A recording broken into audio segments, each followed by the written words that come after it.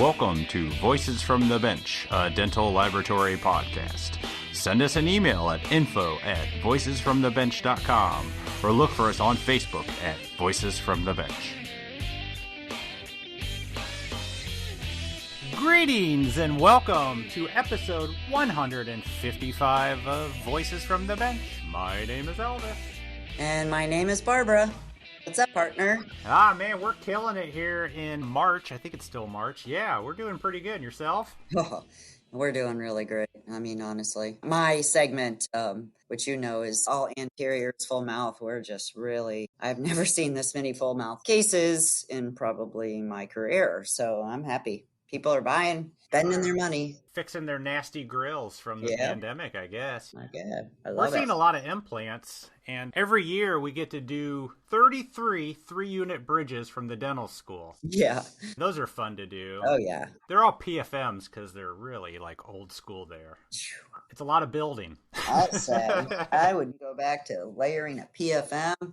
Ugh, those were the days. Yeah, but we get to build the school, so... Yeah, I'm feeling you. I would just give it to somebody else to do. Oh, well, yeah. No, thanks. I'm not touching these things. I help the driver unload their car. I'll do anything over layering.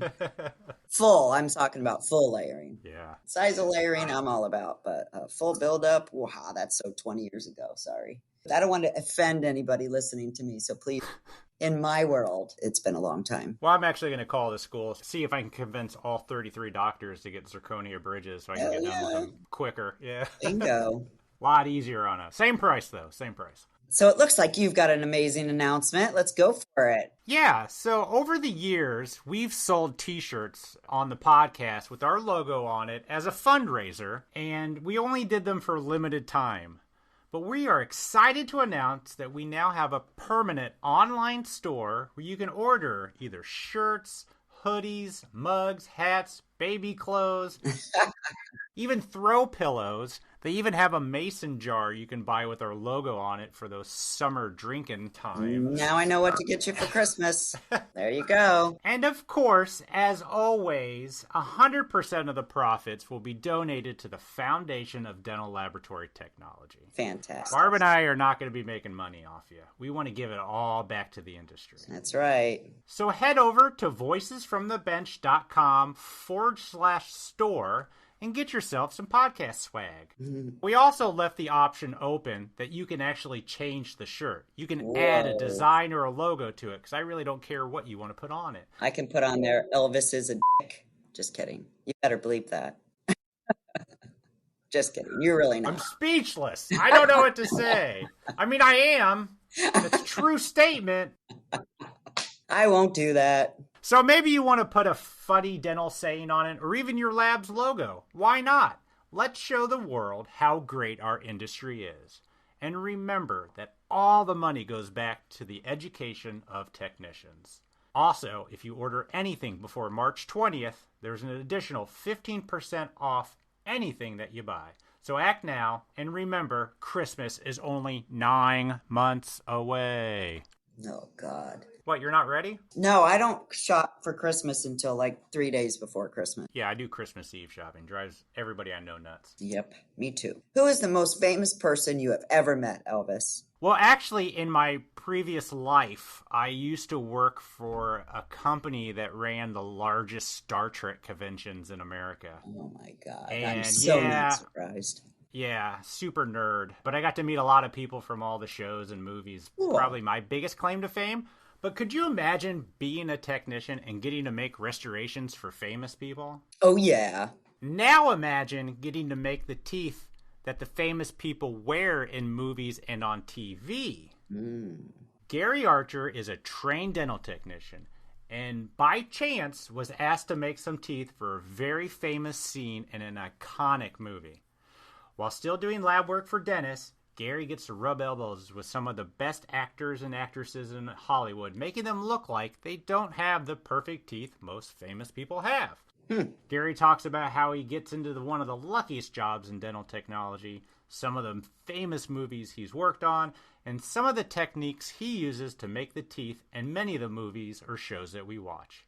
So join us as we chat with Gary Archer. Hey Barb, I called Oradent the other day about their P5 milling machine. Super! How did it go? I was introduced to the consumables Oradent offers, such as Delta Zirconia, Oradent ZR, Oradent cutting tools, and Quest PMMA. How convenient. You know what? You can buy the mill and the materials from them. Yeah, if you think that's convenient, you can also buy furnaces by Napertherm and vacuums by Renfert. Plus, I don't have to talk to a different person every time I call. I have a rep dedicated just for me. I have heard that their service is amazing. Absolutely. Oradent offers high-quality cutting tools made here in the USA, and they have great options for zirconia. Delta Zirconia, which is a super cost savings for labs, and Oradent ZR, made proudly here in the US of A. Do they still offer dental alloys? You know, Oradent started off manufacturing alloys and will always provide high-quality alloys for dental labs. One of the few companies in the U.S. to still manufacture their own alloys. Is there anything that they don't supply dental labs? Actually, they also offer dental scanners and a 3D printer from Shining 3D. Hold up. Does that scanner have its own design software? Actually, Oradent offers Exocad for your designing needs. Nice. I'm not the best with technology and setting up all of this equipment, just saying. Well, we know, but that's fine. Oradent has a technical support team who can help with installing or troubleshooting any problems. Wow, Oradent definitely is a one-stop shop for any dental lab's needs. How do we get in touch with them? You can always call our friends at Oradent at 1-800-422-7373, or you can visit them at their website at oradent.com. We super appreciate your support of the podcast, Oradent. Thank you so much.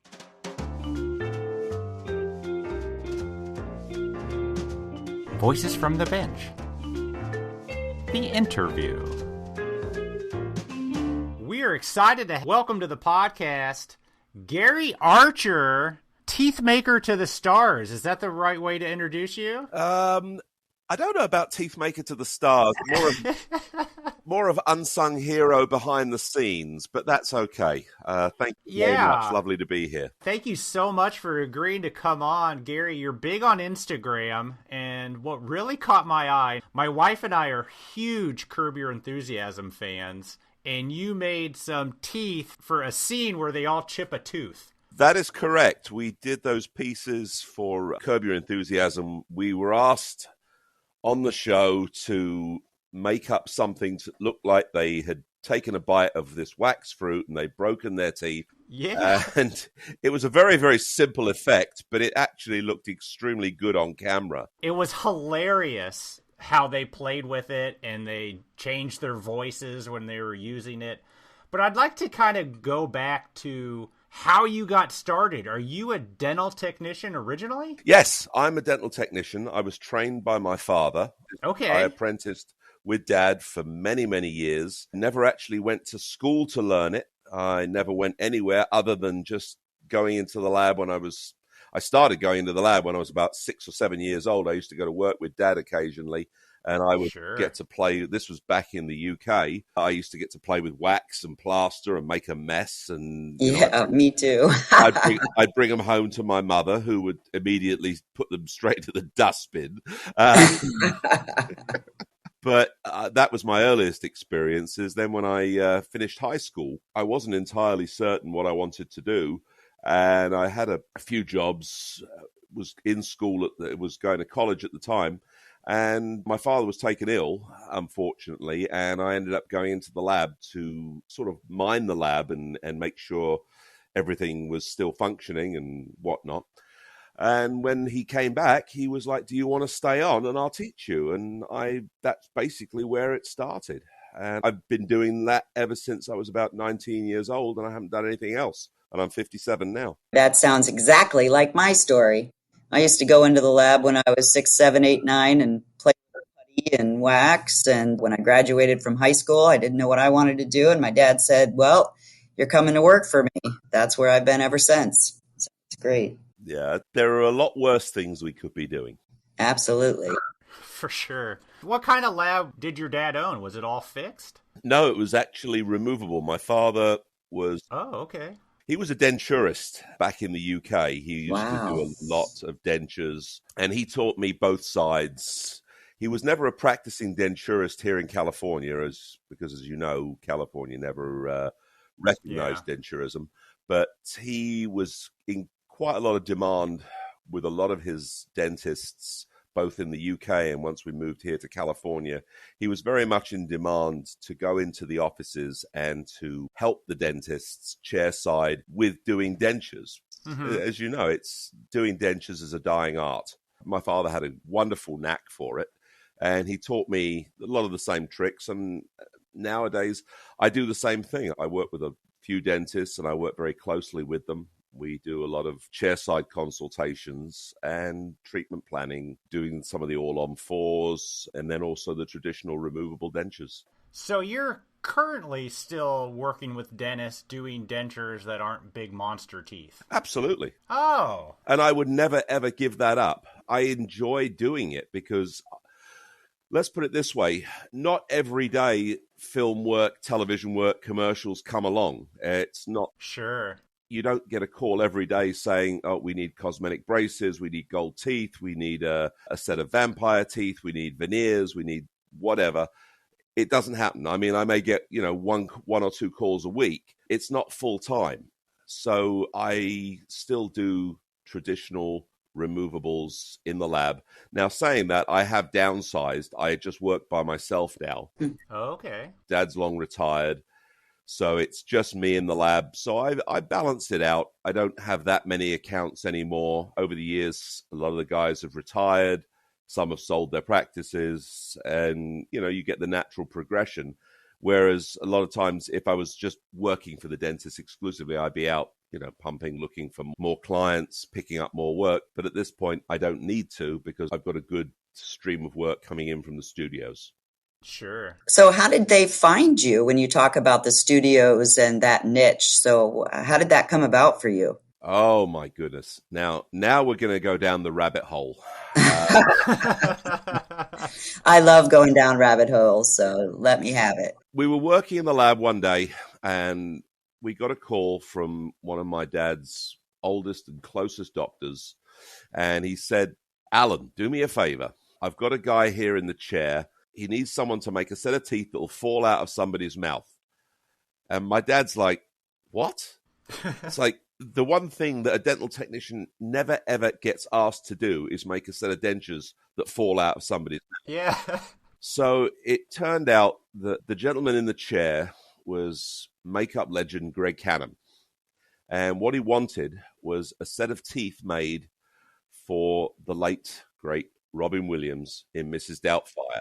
Oh. Mrs. Doubtfire. Oh, my gosh. I remember. Yes. We met with Greg. We set up a meeting. The dentist said, look, why don't you just deal directly with my lab guys? They're the guys that make everything.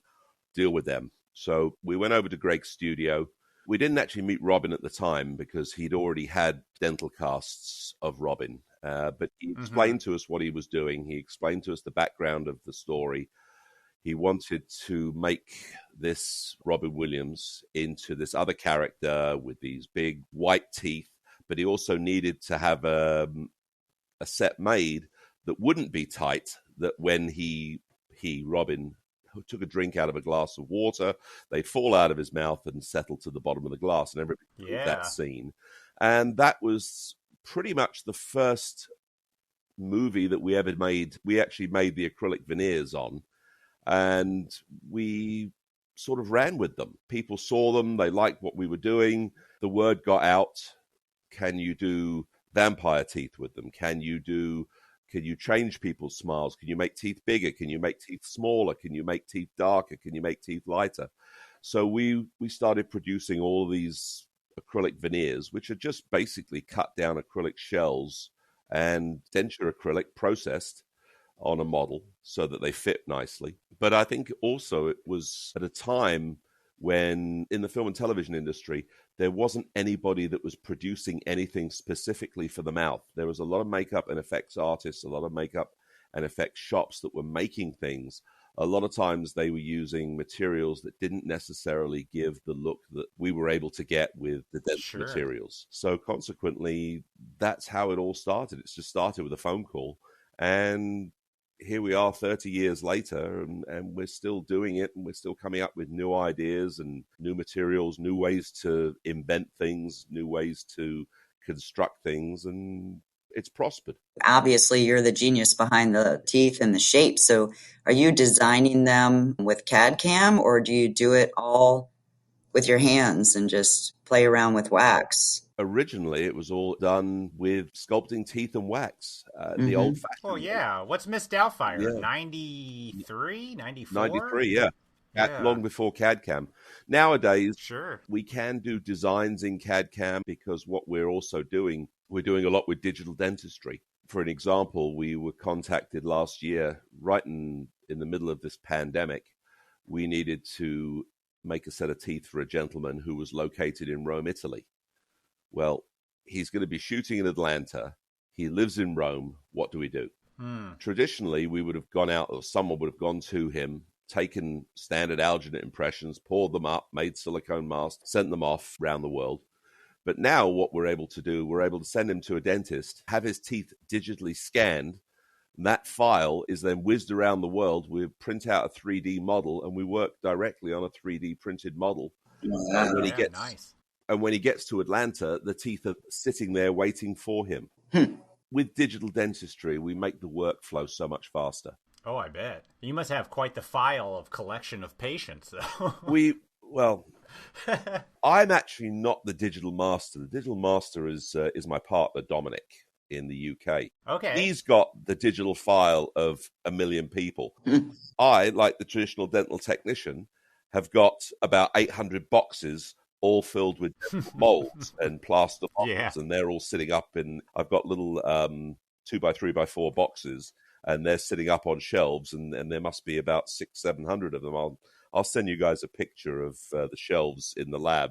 I've got one room; it's just nothing but boxes with names on. Yeah. Did they take up a lot of space? Yeah, but I just haven't got the heart to throw them away. I bet. Do you have pictures of all of your work and the movies and everything up on the wall, or do you keep that? I have some pictures. A lot of stuff I have off of Instagram. I have stuff on Facebook. There's stuff on a website. I try and pick as many pictures out as I can. Although I must admit, a lot of times I'll work on these shows, and what I do is usually quite early in the production. Then it goes, obviously, they shoot everything, they edit it, they finally put it all together, they release it maybe 9 months, a year later. And by that time, half the time I forget things that I've worked on. And I get phone calls from people go, "Did you make teeth for so-and-so in the movie?" And I'm like, "Yeah, I think we did."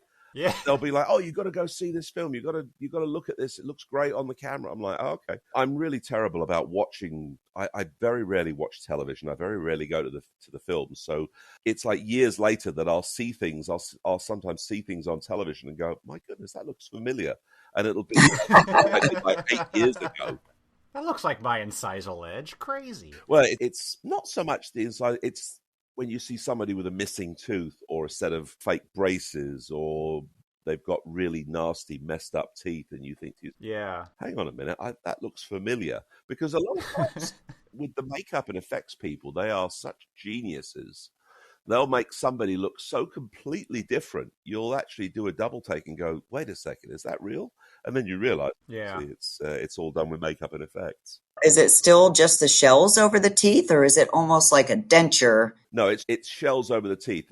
The last thing you want to do when you make this stuff is to make anything bulky or too big, because then the actors feel that they can't talk, they can't enunciate, they can't do their dialogue. And that has been the key over the years, which has kind of set us apart from a lot of other teeth makers. Actors and actresses can talk, they can act, they can enunciate, they can speak when I put my teeth in, because they fit so closely. It's almost like having a set of porcelain veneers put on, but these are temporary acrylic veneers.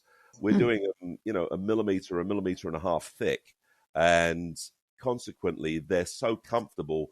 After about 5 minutes in the mouth, the actors and actresses are they're just talking away normally. And what ends up happening more often than not, if the makeup person on the set isn't careful, the talent will go off to lunch, and they'll go and eat their lunch, Yep. and they'll be wearing their veneers, and then all of a sudden, snap, bang, crack, because Yep. they're only thin plastic. They'll break a set of veneers, and they'll walk back to the makeup artist with the veneers in their hand, and they'll say, I forgot to take them out. And then I'll get a frantic phone call saying, oh, we've just broken a set. We're sending them back to you for repair. So we repair them. But normally, that's one of the reasons when we do them, we make 3, 4, 5 sets of these for the production. So there's always a backup. There's always a second backup. And more often than not, they never use all of the teeth. But I'd rather they have them and not use them than not have them and need them. And then we have to hold production while we repair everything. And that you don't want to ever do. When you repair them, is it like, we need this done in an hour? It depends on where they are.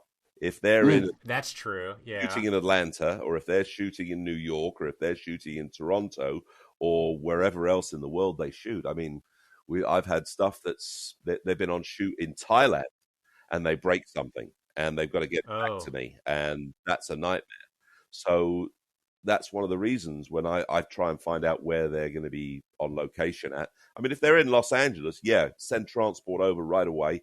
I'll fix it. It'll take me 15, 20 minutes to fix it, and you'll have it back within the hour. But if you're in Thailand, it's not quite that easy. So I'll make they've got additional sets to work with. You've got to have, your primary, the backup. There'll be an extra set. I'll often keep another set at the lab in the talent's box, and we'll be able to, if we need to make another set, we can copy it, because each set is pretty much handmade. As far as making them exactly alike for continuity, they'll look pretty close, but every set has got, teeny tiny differences. As you know, you can't make 2 dentures exactly alike when you're putting them up in wax and processing them. You're always going to get minor deviations. Nothing that the eye is going to pick up, but you've got to make sure that you use the right mold, right color, right shapes, right stains. So you really want to have a set in front of you to copy to make sure you get it. Have you ever seen your work on screen and thought to yourself, I would have done this a little different? All the time. Yeah. That sounds like a technician. Yeah, it does. I look at things and think, dang, I wish I'd have done this, or dang, I wish I'd have done that, or you know what, that looks pretty good, but I think we could have done something a little different. I mean, 90% of the time I'm pretty satisfied with things, but there've been shows that I've seen things on that think, if I'd have had more time, I could have done it differently. But listen, how many times in the lab, Crown and Bridge case, in general, cases, implant cases, oh, nuts, I wish I'd have done that differently or this differently. Yeah. You know what? As long as the talent likes it, the director likes it, then as far as I'm concerned, job done. What do you use to stain them? Like if you have like a really scary one or a really dark one, how do you do that? Well, PPI make an entire palette of acrylic stains that are specifically for film and television. Wow. And they have got colors ranging from, blood colors to green slime colors to, there's one, it's my favorite. It's called Balsam, and it's let's put it this way, it looks like C4 on steroids. It's that really, if I'm going back a little bit, if you remember your removable, that Biotone used to make what we used to call in the business the smoker's shades, and they used to do like Biotone 87. Looked like someone who was about 90 years old and had been smoking since they were about 10. And when we want to go ahead and customize the tooth, I often visualize a set of the old Biotones, and I try and make the teeth look like that really yellowish brown, neglected, horrible looking stuff, and it just comes from old memories of some of these old teeth that they used to. I don't even think they still make some of the shades that they used to. No, everybody wants bleach now. Oh, so. and that in itself causes a huge amount of problems in Hollywood. What do you say? Because every actor has the whitest teeth possible. Bingo. And then what we've got to do, we've got to cover everything up. A new series that just came out on, I think on Netflix or Amazon or one of the streaming services, called Bliss. Yeah, I've heard of that. And Owen Wilson. Owen Wilson, yeah. We did a bunch of prosthetics for both of them because Selma's got beautiful white, gorgeous teeth. and she's playing this down and out character, and she needed something to make her teeth look stained. So we made what I like to call stain templates. And these aren't actually veneers, because for her, she already wears veneers. And if we'd have put more veneers on her, it would have pushed her lip out too much and made it look too bulky. So rather than doing that, we made these pieces on 020 vacuform splints. And using the PPI stain, we can stain the outside of the vacuform splint. So when she puts it in, it makes it appear that her teeth are all darkened, and we've put interproximal stain, and we've taken it right up onto the incisal edges and into the gingiva, and it makes her teeth look dark, stained, and neglected. But it's just on the outside on an 020 vacuform. That is fascinating. Wow. Like an Essex retainer type? Very just a suck down? Yeah, it's exactly what it is. It's just an application of stain, and we seal it in there, and they pop those in, and they wear them, and they make them look like they've got dirty, stained, neglected teeth. So how did you come up with that? Like, how did you figure that out? That's pretty awesome. Obviously, 020 vacuforms have been out there for years. What I used to call them in the film is it was poor man's veneers. Yeah. We do a lot of low budget and small budget shows. And when someone says, look, we want somebody and they've got to have these really, really horrible teeth and whatnot, we can just go ahead and just put stain on the outside of these vacuforms and just make the teeth look neglected, make it look aging. And it was a real good trick for aging somebody without putting a lot of veneers and a lot of effort into it. What a lot of makeup shops were doing, they were actually building the veneers on top of vacuforms. I wasn't a huge fan of waxing and building on top of a vacuform. I preferred to do them directly on the teeth, because when you put a vacuform on, you've got another layer of acrylic, basically. So doing the veneers on top of a vacuform, you tend to get things a little bit bigger, a little bit more bulky, and you don't get the precise fit, and you don't get the look of actual denture teeth. I mean, when I want to cut down, I mean, I'm never going to be able to get the depth and the coloration with acrylic as I would with a layered cut down tooth. Yeah. You're just not going to get the look. So a lot of times when you get veneers built on top of vacuforms, they tended to look a little bit monochromatic. Whereas if you do the actual veneers from cut down shells, I don't know, it just looks more vital to me. It's horses for courses. Some guys swear by doing them on top of vacuforms. I've never been a fan of doing them, and I'll do them directly. And I think I actually get better results. But Interesting. So the stars actually have to go to the dentist, get the impression, get the model or scanned, and then it comes to you, correct? Yes and no. They can go to their dentists. However, I prefer to do the impressions myself. Okay. Oh, really? Interesting.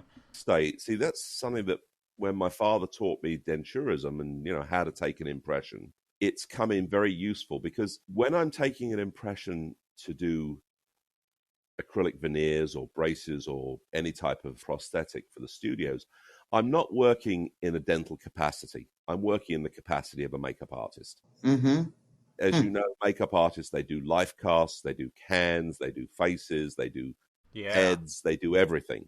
And they, quite honestly, they do dental casts as well. They take some wonderful impressions. I've had many sets of dental impressions come in from makeup artists and effects shops, and they do gorgeous. I sometimes get better impressions from some of the shops than I do from some of the offices. I bet, sure. So yeah, whenever I can do, I like to take my own impressions, because that way I can guarantee the fit. Where I have to rely on someone else to do it, I don't necessarily know who's taken the impression, what material they've used, did the alginate sit for 4 hours before it was poured. And I've had, unfortunately, over the years, when I've had to rely upon production sourcing out the impressions to a dental office, some of the things that I've got in have been really, really horrible. And I've had to go back to production and said, sorry, these aren't even usable. We can't use them. So consequently, what ended up happening, I ended up flying out to the location of the talent, literally going in, flying 4 hours to go and take a set of impressions and flying 4 hours back. Often, I'd cast them up when I was on location and flying back with gypsum stone models in my carry-on and transit bags. So you get to meet the actors and the actresses. That's kind of cool. Well, so a lot of times it's very helpful to do so you can kind of understand what they're thinking about in as far as their character.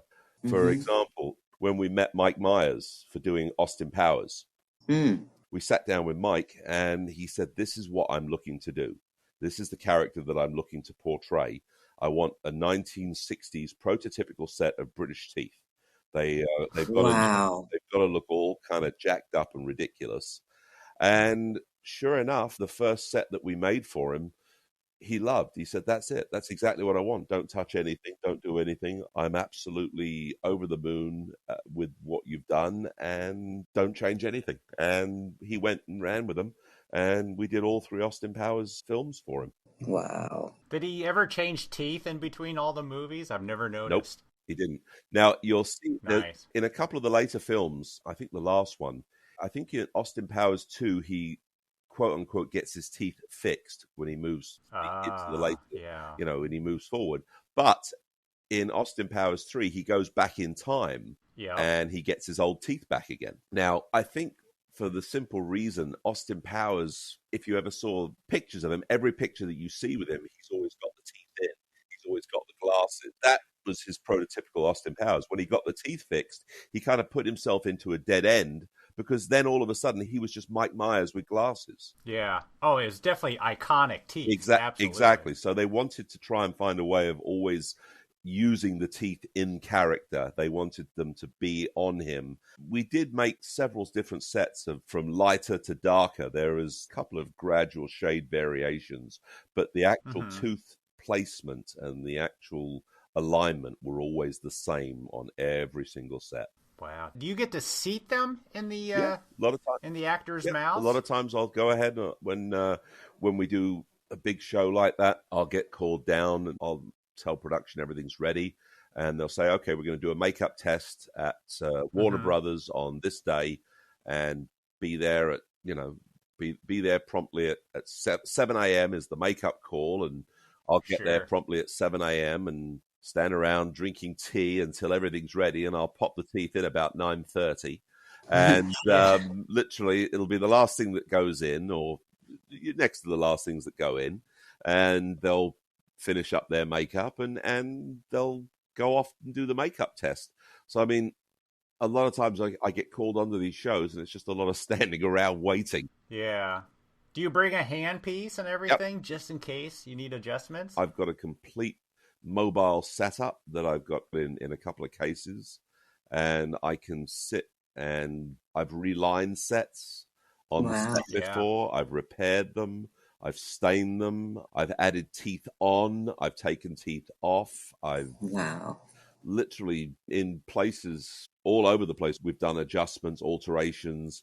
Most of the time, I mean, I would say about 99% of the time, everything just fits, clicks, and off it goes.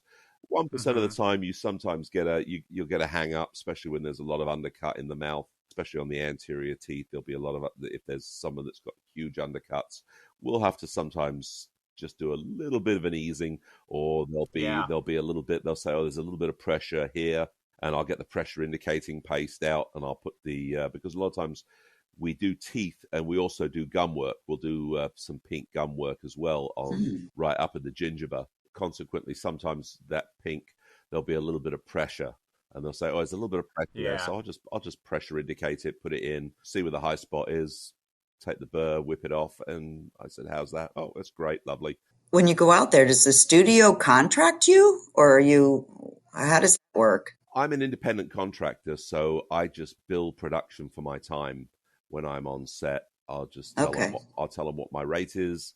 This is what I get per hour. And they're like, okay, fine. I'll send them a bill for the teeth, and then I'll send them, I'll include the extra labor, the standing around time, as I like to call it. And when I first started doing it, I was thrilled. I'm like, oh, I'm on set. It's great. Oh, it's lovely. Fantastic. 30 years later, they're like, oh, can you come down at 7 a.m.? I'm like, yeah, but what time? it's the old story. When I'm sitting around for 2.5 hours doing nothing, it drives me up the wall because I think I could be in the lab producing something. I could be in the lab doing something else. And after a while, you get to the point where I just want to go, I want to put the teeth in, and I want to leave. I don't want to hang out there. It gets boring after a while. I mean, not to say the people there are boring. They're lovely. I love working with the makeup and Yeah, people. sure. But it's just after 30 years, it's like you've seen it all, you've done it all, and you're just like, okay, I want to. I'm good. I got this. Yeah, I can come in. I can exactly. get the hell out. Exactly. You know what I'm trying to say. So that kit you take on site, is that the same kit you take to an all-on-4 conversion? Very similar. Very similar. Pressure pot, handpiece, footpiece, acrylics. Now, obviously, I don't take stain kits when I do an all-on-4 because people with all-on-4 don't want their teeth stained to buy a Tone 87. No, they're going bleach. Yeah. A lot of the stuff crosses over. One of the pieces that been invaluable is the Lang's pressure pot that I take with me. Yeah. And a lot of times on show, there's a piece that I make called a plumper. And what we do is it's designed to replicate swelling or sometimes in the extreme case, facial wounds or, like someone's got a fat lip or someone's been in a fight or someone wants their cheeks padded out to make them look a little heavier, older. Oh, what's the famous one? The Godfather guy. Yeah, exactly. You always see his famous oral. Yeah. That was done long before I got into the business. Sure. But we've kind of expanded on that. I actually use an 040 acrylic splint on the teeth to hold the acrylic. And what I basically use is clear acrylic to do the plumping with, because in the mouth, you can't see it. It's invisible. Mm-hmm. And some of the extreme cases we've done, one of them was done on Benicio del Toro in Cario or Soldato, one of the two films that he did. He gets shot in the face, and very, very talented makeup and effects artist, John Caglione, worked with him. And he said, right, what do we need to do to make it look like his whole side of his face has been swollen where he's been shot through the mouth? Yeah. And we talked about it, and Benicio was in the trailer when we were making these pieces, because I literally made them on site. And he was like, no, we want bigger, we want more swelling. So all I'm doing is I'm just adding more and more layers of clear cold cure to these pieces, and he's putting them in, and John has put the actual bullet wound, which was a prosthetic piece on the outside, and we're building it from the inside. And he's like, right, that's it, perfect. And then they go ahead and they put all the blood, and they put the powder burns, and they put all the other streaking. And you see this piece in his mouth. It's horrific how much plumping is able to do. Yeah. And it's a minimum prosthetic piece because they've only got the actual bullet wound on the outside and everything else is done internally. And a lot of the makeup people, they love the idea of using those pieces because it's so easy to apply. It doesn't need, 4 and 5 hours of putting pieces and gluing them to the outside of the face. I was going to say, what's the alternative? Latex on the outside? To Yes. Make it, take forever. It does. And the thing is, then it has to be sculpted. And with pieces like that, the face doesn't move as well. See, if you put something on the inside, you've still got your natural elasticity of the face on the outside, which moves. Sure. Whereas if you glue down a prosthetic piece, you don't get as much movement on the outside, and it doesn't look as natural. Wow. That's crazy. What brand of acrylic do you use? Coralite Teats. Huh. Is that a dental brand? I'm not familiar with Coralite. Teats Coralite has been around on the market. They do heat cure, they do cold cure, they do all the different shades from, coral to dark Bahari to clear to vein tissue to all of that stuff. My father first started using Coralite in the lab when he opened over here in California in 1976. And it's been one of those things. If it's not broken, don't fix it. I still use it. Many times I get companies calling me up saying, oh, we've got this new brand of acrylic. Would you like some? I'm like, no, I'll just stick with good. You know what? I'm a creature of habit. I like Yates and Bird all season wax, and I like Teats Coralite acrylic. That's the two things that I stick with, and I use Dentsply teeth. It's There you go. Have you ever made something for a movie for an actor or actress, and then they came back to you after the fact and they wanted real dental work done and requested your services? Well, yes. Yeah, nice. Yeah, I bet.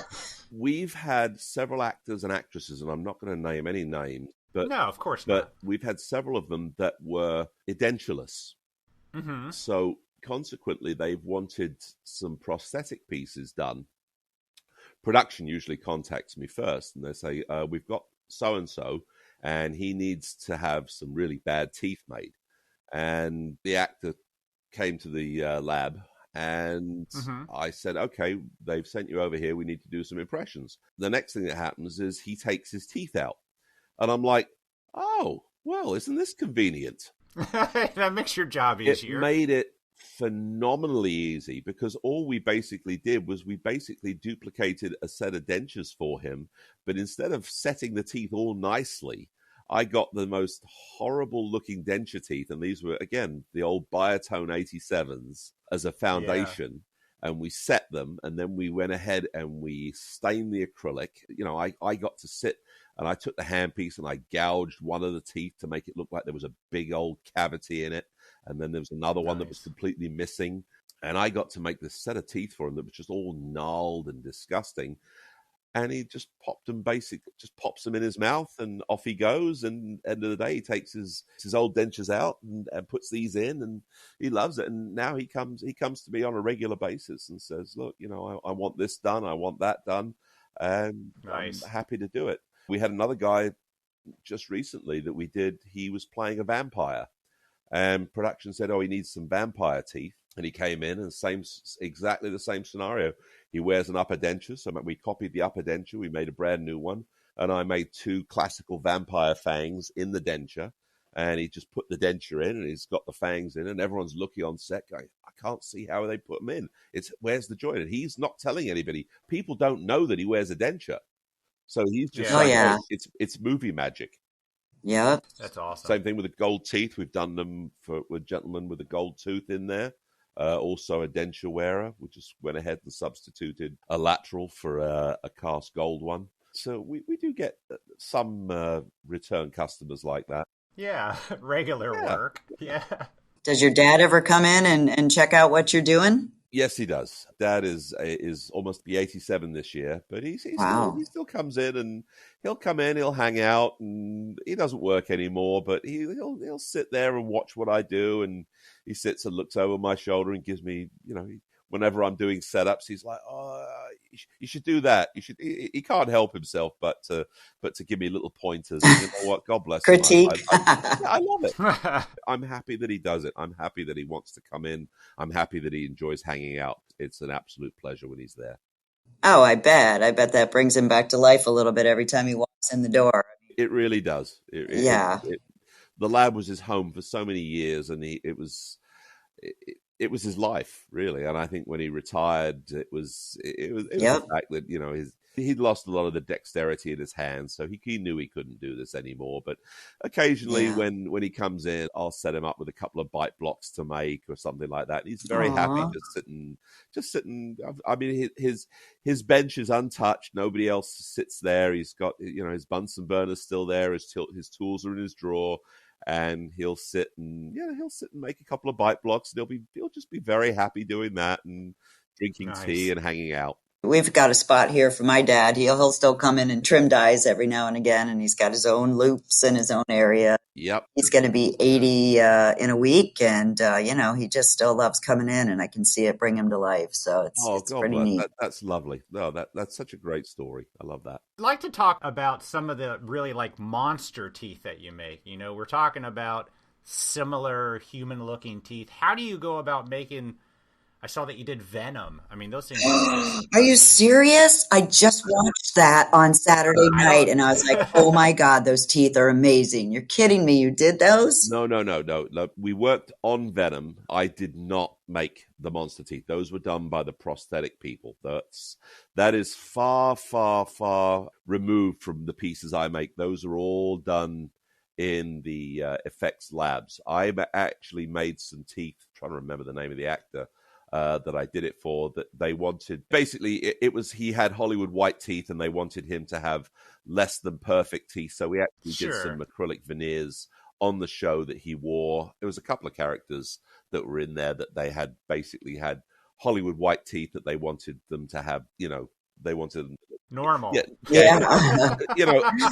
Less than savory characters that they wanted them to. It just didn't look good that they had white teeth, so they wanted them to have some jacked up, some not missing teeth, but there was some gaps, some stains, and things like that. No, let's put it this way: the monster teeth and stuff like that you see for some of these huge monsters is that's far, far beyond my scope. I don't do those now. Saying that, my partner in the UK, Dominic, he is incredibly creative, and he does a whole line of a lot more horror, a lot more sci-fi, and a lot more monster-type teeth.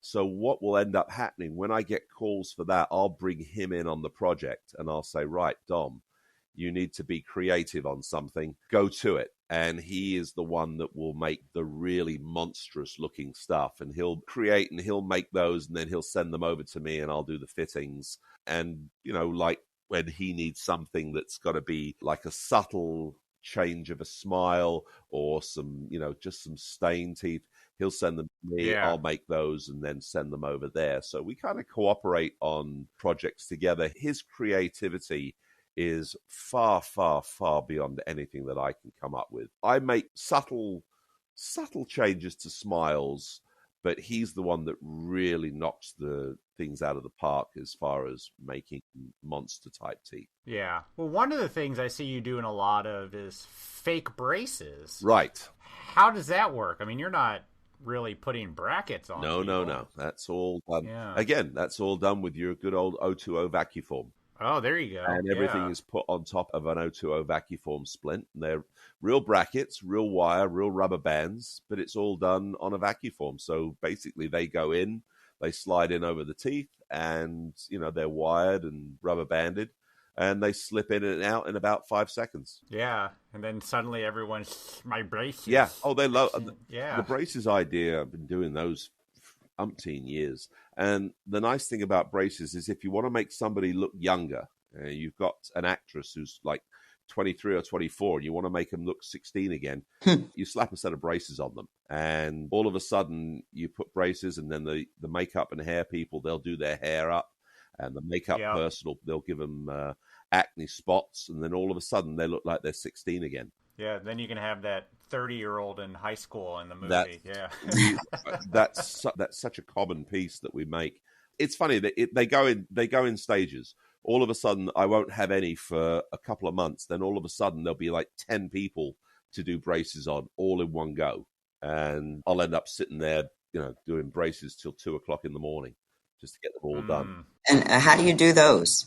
The same thing. We take an impression, we make the vacuform, we put the brackets on the outside of the vacuform. Okay. We then take our labial arch wire, we get that bent in, then we go ahead and we rubber band it, we put the ligature ties on it. Wow. And the biggest choice is what color rubber bands they want. Yeah. My son went through that. So did you have to learn to set braces? How did you learn that? Just by looking at pictures of braces set on there and, going through the dental catalogs. All right, I'll need this set of brackets for the anteriors. I'll need this set for the cuspids. I'll need these for the posteriors. We don't normally go back anything beyond the second buy, because when you smile, you don't go all the way back to the molars. So it's literally, we'll go back to the second buy. Now, occasionally they'll ask for it with like a face bow or a headgear, or they'll want like the face piece that goes around the neck strap. And, oh God, I remember that. Yeah, exactly. So what we'll do is we'll go back. We'll take the vacuform all the way back to the second molars, and we'll put a buccal tube on there, and then I will make the face piece with the neck strap, and it's all passive. There's no actual pulling on anything. So it's just all measured in there, and it's all cut, and then it's all cemented. I usually just put a little bit of cold cure on the outside so that the face bow piece doesn't actually move. And then we'll go ahead and we'll put it all together. We'll put it in the talent's mouth, and they walk around with this. If you remember Cameron Diaz in Charlie's Angels, she wore one scene that she's wearing that whole face piece when she's doing the driving test. and that was a piece that I made for her way back in the day. Oh, that's so cool. Wow. That is neat. Yeah, the braces have always been a hot selling item. Out of all the stuff you've done, what stands out to you as being, the most memorable to you? There's 3 films that probably have been iconic for me. Or the Austin Powers series, the Blade series where I did the vampire teeth, and the Interview with the Vampire where I did all the vampire teeth. Oh, really? Wow. Studios, back in the day. Did you meet Tom Cruise? Yeah, I met Tom, I met Brad, I met all the 6 major characters in the film. We did all the vampire teeth for them, and I think we made about 120 sets of vampire teeth altogether because they were continually filming all over the place. They wanted long sets, they wanted short sets, they wanted sets for biting, they wanted some gradual variated colors on them, and of course they would break them from time to time so that we had to have all these extra sets, and that was a lot of work. There was a huge amount of work to do. In fact, I was actually very new to the business when those came along, when that film came along, and it really was, it was almost too much work, and it was overwhelming because I had never really done a big film like that before, and it was just like, wow. I'm not necessarily sure I ever want to do that many sets of vampire teeth every day. Well, I got to ask, Tom Cruise, the midline off, is it true? Yep. How was that to deal with? Well, very simple. When we did the veneers, it's a complete arch form of, I think it was either 6 or 8 veneers that we did. And we just basically, I took the midline and went right through the Cupid's bow, right through the middle of his nose. And we corrected. If you look at him wearing the vampire veneers, his midline is corrected. If you look at him without them, his midline's halfway up his nostrils. Yeah. I actually know the technician that did his veneers way back in the day.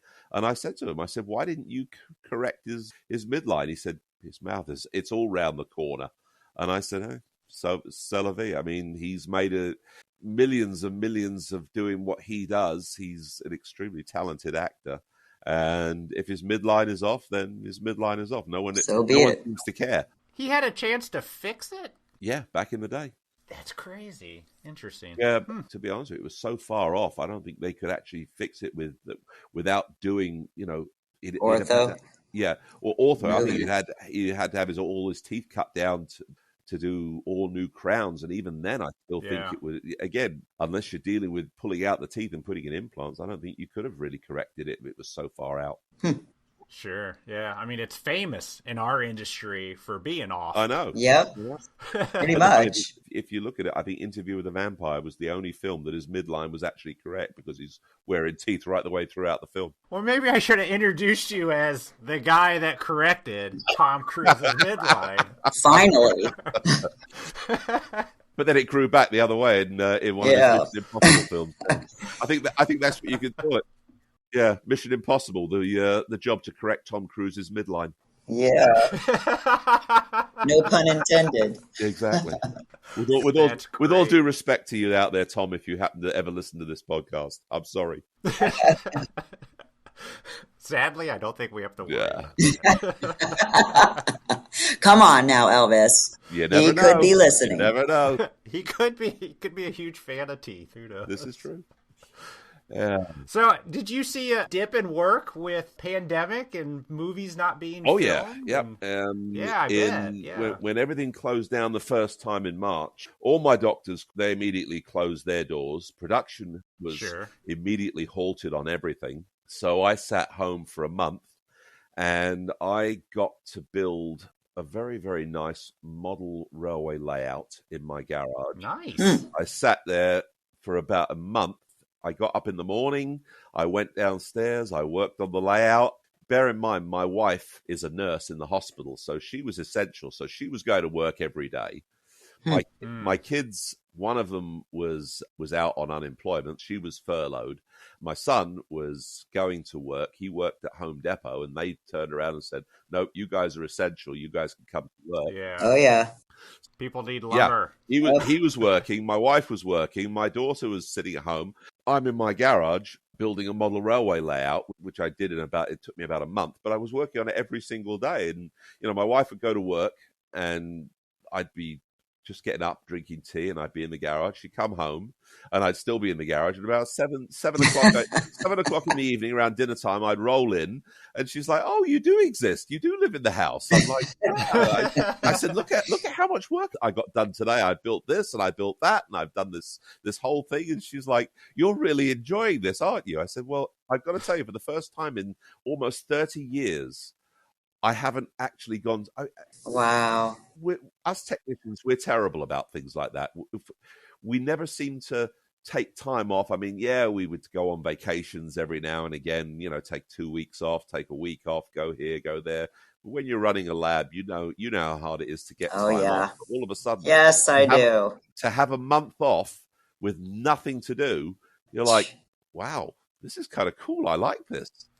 Yep. But it was nice to get back into the swing of things and start working again. Oh, yeah. Yeah. So I'm sure you're lined up now. I mean, movies are starting up again. Yeah. I've got 1, 2, 3, 4. I've got 5 productions on the go. 1 in Australia, 1 in Atlanta, 1 in the UK, and 2 here in Los Angeles. There's 5 things that are being shot. In fact, I've actually just shipped out the last set of teeth for an actress that they're filming in Australia. That's in pre-production right now. And I've got 2 more. Is it the Elvis Presley story? I hear they're filming that in Australia right now. I cannot confirm or deny anything. Yeah. Good question. I'm working on a couple of shows that are being done down there. So we just shipped off a batch of teeth down to Australia. Awesome. For an actress that's in the show. But there's also a couple of shows that are coming up that are in pre-production, and I'm in negotiations with them. They're asking about teeth and making somebody look like a historical character, and we're getting some materials together as far as pictures and whatnot to go ahead and transform one person into something else. Oh, yeah. Love that. That is great. Gary, you have probably one of the coolest dental technician jobs I think anybody could really have. I mean, it's unusual because there's a very small amount of us that are actual trained dental technicians that have actually made the crossover to do film and television and special effects work. There are guys out there that do, quote unquote, special effects work, and they do teeth and eyes and whatnot. Sure. But there are very, very, very, very few of us, and I think I can count on one hand how many of us that I actually know that we're actually trained dental technicians that have crossed over into film and television. Yeah. And that still remain with a foot in each camp. We do both, regular dental technology and film and television. And I think there's only about half a dozen of us in the whole world that I actually know of. And I know most of the guys that do it. And we're very lucky that we've found this little niche, or this little niche has found us. And we've become trusted and needed by the industry. And I'm honored every day. Every time someone calls me, I'm very, very honored to do the work. I'm very, very happy that I'm in the industry, and I love being in it. It's a very self-satisfying. Well said.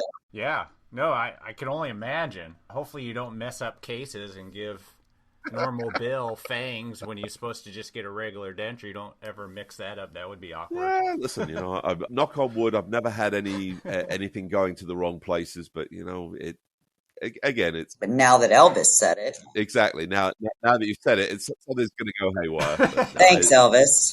Knock on wood. I'm sure everything will be fine, but no, it's all good. It's been a wonderful journey. Awesome, Gary. Well, we came up on an hour here. There's some great stories, and we loved hearing about it. And I'm a little jealous, honestly. Yep. If you ever get out to Los Angeles, anybody out there ever gets out to Los Angeles, come over, look me up.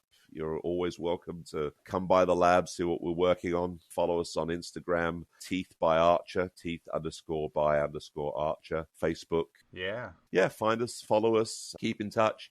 Anybody that wants to know anything, the information is always given freely. I do a lot of stuff in the makeup and effects community. I do a lot of video and Zoom conferences. A lot of people out there, they try and keep the information hidden. They don't want to tell other people how they do things. I don't believe in that. if anybody wants to know how to do it, I'm more than happy to tell you. I'm more than happy to show you. And listen, if you want to go down this road and you want to pursue this as a career, I welcome people to come into the business. We need people in the business, and really technicians make great effects people. I'm sure. Yeah. Awesome. Well, Gary, we appreciate you coming on. Thank you. Thank you so much for having me. I hope this has been a good experience. I hope this works out well, and I hope the people out there in podcast land enjoy the hour of rambling. Well, thank you. I enjoyed it. Thank you so much, sir. All right, guys. The only man who corrected Tom Cruise's midline, Gary Archer. All right, guys. Thank you so much. Thank you. Take care. Bye for now. Appreciate it. Bye-bye. Bye.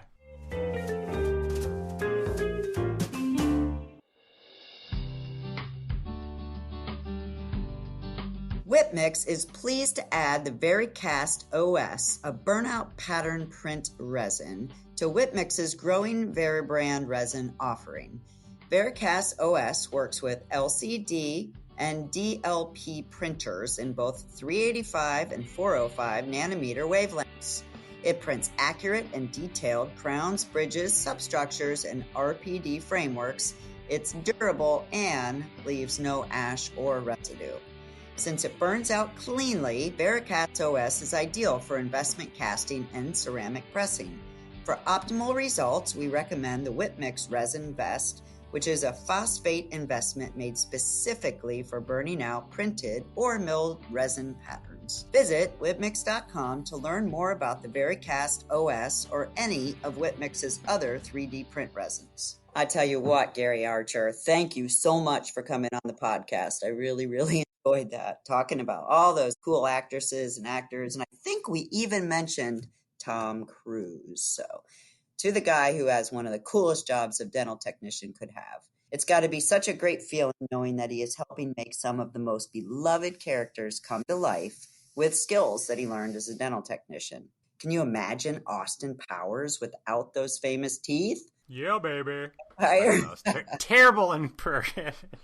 Or Interview with the Vampire without those fangs? You got it. That's right. A dental technician made all of that happen and more. So make sure you go find him on Instagram to see more of his work in so many different movies that you didn't even know that they needed a dental technician to make the characters come to life. It was awesome talking to Gary. Yep. It's unbelievable. If I could go back and start this industry over again, I'd go where he is. I bet you we'd make a hell of a lot more money. Probably. All right, everybody, remember, head over to voicesfromthebench.com/store to snag some podcast merchandise and support the foundation of dental laboratory technology. That's all we got. Buy a shirt. We'll talk to you next week. Bye. Bye.